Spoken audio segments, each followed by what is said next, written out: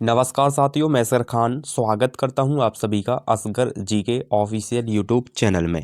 साथियों, आज है 24 जनवरी 2026। ठीक है, आज है 24 जनवरी 2026 और 24 जनवरी 2026 के टॉप 10 जितने भी महत्वपूर्ण प्रश्न हैं हम इस वीडियो में कवर करने वाले हैं। साथियों, आज का सेशन स्टार्ट करने से पहले अगर आपने हमारे यूट्यूब चैनल को सब्सक्राइब नहीं किया है तो चैनल को सब्सक्राइब कर लीजिएगा और बेल आइकन को प्रेस कर लीजिएगा ताकि कोई भी नोटिफिकेशन आपसे महत्वपूर्ण वीडियो मिस ना हो पाए। ठीक है, चलिए आज का हमारा प्रश्न क्या है, ध्यान दीजिएगा। ठीक है, आज का हमारा प्रश्न है साथियों, ध्यान दें। हमारा आज का पहला प्रश्न है रिवीजन प्रश्न है। क्या है? रिवीजन प्रश्न है। रिवीजन प्रश्न का आंसर आप लोग कमेंट बॉक्स में बताएंगे। ठीक है, क्या है रिवीजन क्वेश्चन? हाल ही में भारतीय सीनियर महिला टीम के मुख्य कोच के रूप में किसे नियुक्त किया गया? तो किसे नियुक्त किया गया है आप लोग को एक कमेंट बॉक्स में बताना है रिवीजन क्वेश्चन का आंसर। ठीक है, चलिए अगला हमारा प्रश्न क्या है, ध्यान दीजिएगा। आज का हमारा प्रश्न, पहला प्रश्न क्या है, ध्यान दें साथियों। राष्ट्रीय बालिका दिवस भारत में हर वर्ष 24 जनवरी को क्यों मनाया जाता है? तो बालिकाओं के अधिकार और शिक्षा समानता के प्रति जागरूकता हेतु के लिए मनाया जाता है 24 जनवरी को। ठीक है, ऑप्शन बी इसका राइट आंसर हो जाएगा। ऑप्शन बी इसका राइट आंसर हो जाएगा, याद रखें सभी साथियों। ठीक है, ऑप्शन बी इसका राइट आंसर हो जाएगा। तो बालिकाओं के अधिकार, शिक्षा और समानता के प्रति जागरूकता के लिए यह 24 जनवरी को मनाया जाता है, याद रखिएगा। ठीक है, चलिए अगला हमारा प्रश्न क्या है, ध्यान दीजिएगा। अगला हमारा प्रश्न है, हाल ही में भारत और संयुक्त अरब अमीरत यूएई ने किस क्षेत्र में सहयोग बढ़ाने के लिए रणनीति पहल शुरू की? किस ऊर्जा समझौता पर हस्ताक्षर किए? तो रणनीतिक रक्षा साझेदारी योजना और एलएनजी आपूर्ति समझौता। ऑप्शन बी इसका राइट आंसर हो जाएगा, याद रखिएगा। ठीक है, ऑप्शन बी इसका राइट आंसर हो जाएंगे, याद रखिएंगे। ठीक है, रणनीति रक्षा साझेदारी योजना और एलएनजी आपूर्ति समझौता पर हस्ताक्षर किए हैं भारत और संयुक्त अरब अमीरत ने। ठीक है, भारत और यूएई ने, याद रखें, भारत और यूएई ने रक्षा क्षेत्र में आपसी सहयोग को मजबूत करने हेतु नई रणनीति साझेदारी योजना की शुरुआत की है। इसके साथ ही दोनों देशों ने एलएनजी आपूर्ति से जुड़ा समझौता किया जिससे ऊर्जा सुरक्षा, दीर्घकालिक आपूर्ति और द्विपक्षीय आर्थिक संबंधों को नई मजबूती मिलेगी। ठीक है, याद रखिएगा। चलिए अगला हमारा प्रश्न क्या है, ध्यान दें।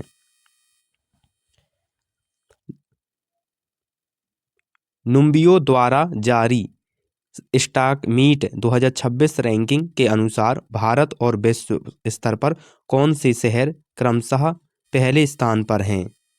क्रमशः पहले स्थान पर हैं, तो कौन से हैं पहले स्थान पर? भारत, बेंगलुरु,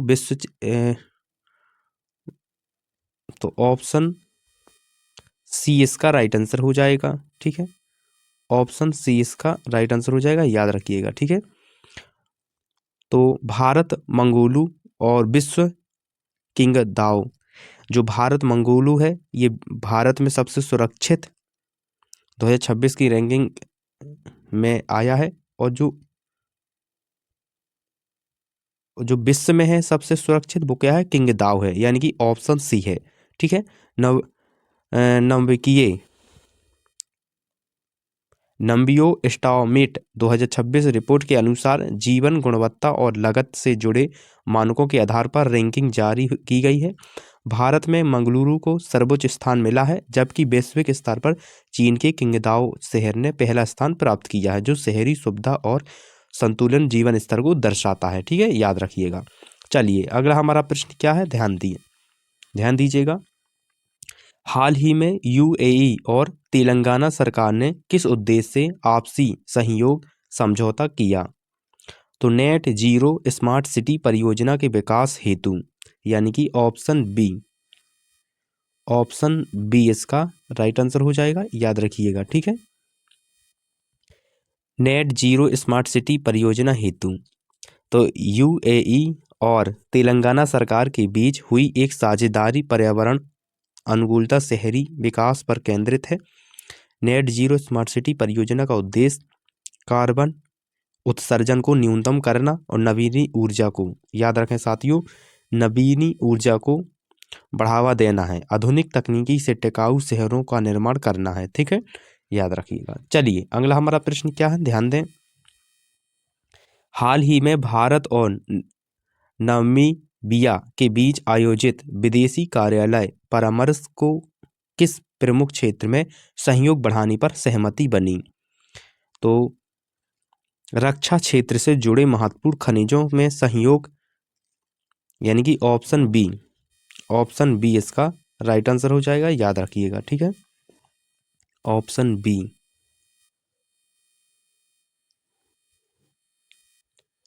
रक्षा क्षेत्र से जुड़े महत्वपूर्ण खनिजों में सहयोग। तो भारत और नामीबिया विदेश कार्यालय परामर्श में दोनों देशों ने रणनीति महत्व वाले खनिजों पर सहयोग मजबूती करने पर जोर दिया है। ये खनिज रक्षा उत्पादन और आधुनिक सैन्य तकनीकी के लिए आवश्यक होते हैं। यह पहल आपूर्ति सुरक्षा बढ़ाने, दीर्घकालिक रणनीति साझेदारी को सुदृढ़ करने की दिशा में एक महत्वपूर्ण दिशा है, याद रखिएगा। चलिए अगला हमारा प्रश्न क्या है, ध्यान दें। अगला हमारा प्रश्न है, हाल ही में आरबीआई ने किस बैंक में किस वरिष्ठ अधिकारी को नियुक्ति की स्वीकृति प्रदान की है? तो एचडीएफ बैंक फैजाद भरूचा को,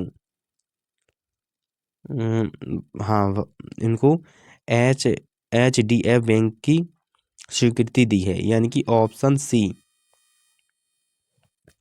सी इसका राइट आंसर हो जाएगा। ठीक है, याद रखें, ऑप्शन सी इसका राइट आंसर हो जाएगा।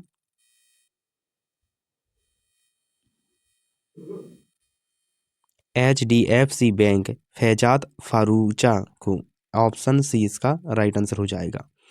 तो भारत रिजर्व बैंक ने एचडीएफ बैंक को फैजाद फारूचा की नियुक्ति को मंजूरी दी है। यह निर्माण बैंक के शीर्ष प्रबंधन को सुदृढ़ करने की दिशा में एक महत्वपूर्ण माना जा रहा है। आरबीआई की स्वीकृति बैंकिंग नियामक प्रक्रिया का आवश्यक हिस्सा होती है। ठीक है, चलिए अगला हमारा प्रश्न क्या है, ध्यान दें। हाल ही में किस प्रसिद्ध अंतरिक्ष यात्री ने नासा में ऐतिहासिक सेवा काल पूरा करने के बाद सेवानिवृत्ति की घोषणा की है? तो सुनीता विलियम जी ने, ऑप्शन बी इसका राइट आंसर हो जाएगा।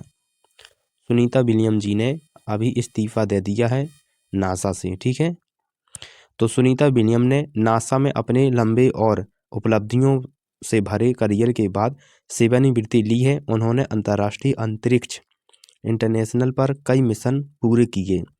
अंतरिक्ष में सबसे अधिक समय बिताने वाली महिला अंतरिक्ष यात्रियों में शामिल रहीं। उनका करियर विज्ञान और अंतरिक्ष अनुसंधान के लिए प्रेरणादायक रहा है। ठीक है, हाल ही में उन्होंने इस्तीफा ले लिया है। चलिए अगला हमारा प्रश्न क्या है, ध्यान दें। अगला प्रश्न है साथियों, हाल ही में किस मंदिर परिसर में विश्व के सबसे ऊंचे शिवलिंग की स्थापना की घोषणा की गई है? तो किस में की गई है? तो विराट रामायण मंदिर, कहाँ की गई है?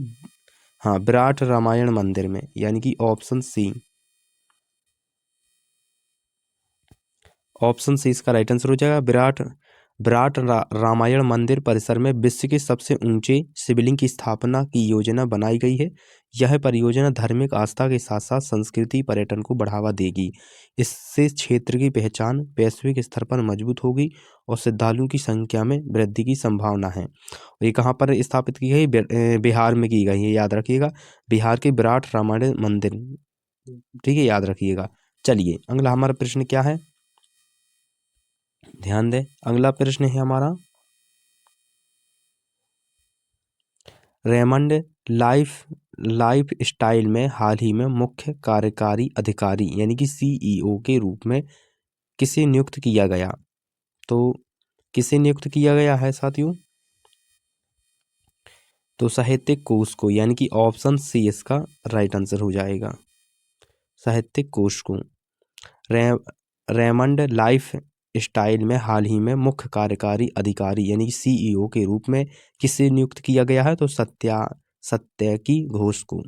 तो रेमंड लाइफ स्टाइल के प्रबंधक स्तर पर बड़ा निर्माण लेते हुए सत्यागी घोष को कंपनी का नया सीईओ नियुक्त किया है। इस नियुक्ति के बाद कंपनी के शेयर मूल और भविष्य की रणनीति को लेकर बाजार में सक्रिय चर्चा देखने को मिलती हैं, जिससे यह खबर करंट अफेयर जैसे महत्वपूर्ण प्रश्न के लिए आपकी परीक्षा के लिए मोस्ट इंपोर्टेंट है। ठीक है, याद रखिएगा। चलिए अगला हमारा प्रश्न क्या है साथियों? हाल ही में भारतीय सीनियर महिला टीम के मुख्य कोच के रूप में किसे नियुक्त किया गया? तो एमिलिया बोलार्ड को, यानी कि ऑप्शन बी इसका राइट आंसर हो जाएगा, याद रखिएगा, एमिलिया बोलार्ड को। ऑप्शन बी इसका राइट आंसर हो जाएगा। भारतीय सीनियर महिला टीम के कोच पद पर एमिलिया बालार्ड की नियुक्ति की गई, जिसके अंतर्राष्ट्रीय अनुभव से टीम के प्रदर्शन और रणनीति विकसित को मजबूत मिलने की उम्मीद है। यह कदम महिला खेलों को सशक्त बनाने और प्रतिस्पर्धक स्तर पर बढ़ाने की दिशा में अहम माना जा रहा है। साथियों, आज की वीडियो कैसा लगा कमेंट बॉक्स में जरूर बताइएगा। आपके टॉप 10 प्रश्न थे जो आपकी परीक्षाओं के लिए महत्वपूर्ण हैं। डेली वीडियो देखने के लिए चैनल को सब्सक्राइब कर दें और बेल आइकन को प्रेस कर दें और अपने दोस्तों के साथ वीडियो को शेयर कर दें, वीडियो को लाइक कर दीजिएगा। मिलते हैं अगले करंट अफेयर वीडियो पर। वीडियो पूरा देखने के लिए धन्यवाद।